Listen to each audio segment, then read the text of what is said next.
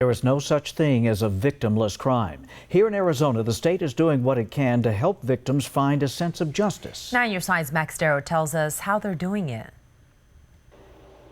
There's a victim in every crime, a person harmed, injured, or killed as a result. If and when the perpetrator is caught, he or she may spend time behind bars, and to some, that's the end of the story.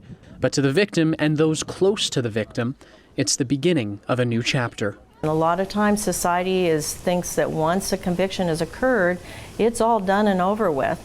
And it is not. I mean, people that are victims of crime are always impacted by that experience. Jan Upchurch is the administrator at the Arizona Department of Corrections Office of Victim Services. She works with crime victims on a daily basis.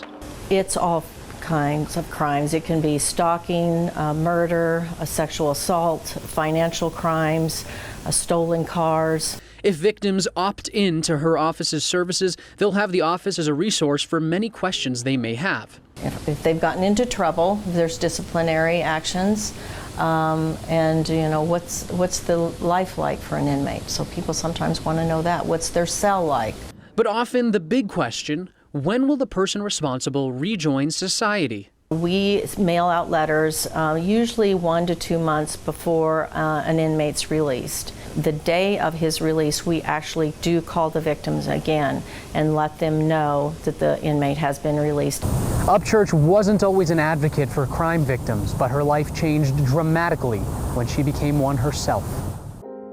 It was August 31st of 1990. While the officers were standing on the median investigating that crash, they were struck by a station wagon. That vehicle was driven by 45-year-old James Benjamin Sheets of Tucson.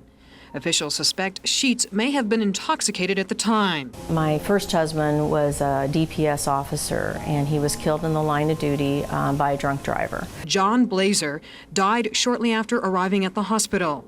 He had been with the department for 10 years and is survived by his wife, brother, and parents. It shattered my world. Her life turned upside down that day. She's been able to move forward in life since then, but that day will stay with her forever. People that are victims of crime never get over it. It's always a part of their life.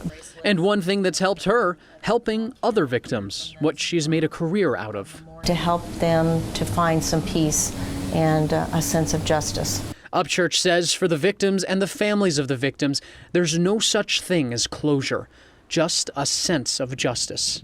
Can you ever fulfill complete justice? No, because you can never bring someone back that has been murdered or been horrifically a victim of domestic violence or stalking. But she says that sense of justice is crucial in finding a new normal and moving forward in life. If you'd like to enroll in the program, Upchurch says it's simple and you can opt in at any time. All they have to do is call our number, or there's a form online through the Attorney General's Office Victim Services that they can fill out. We've posted that information on our website, kgun9.com.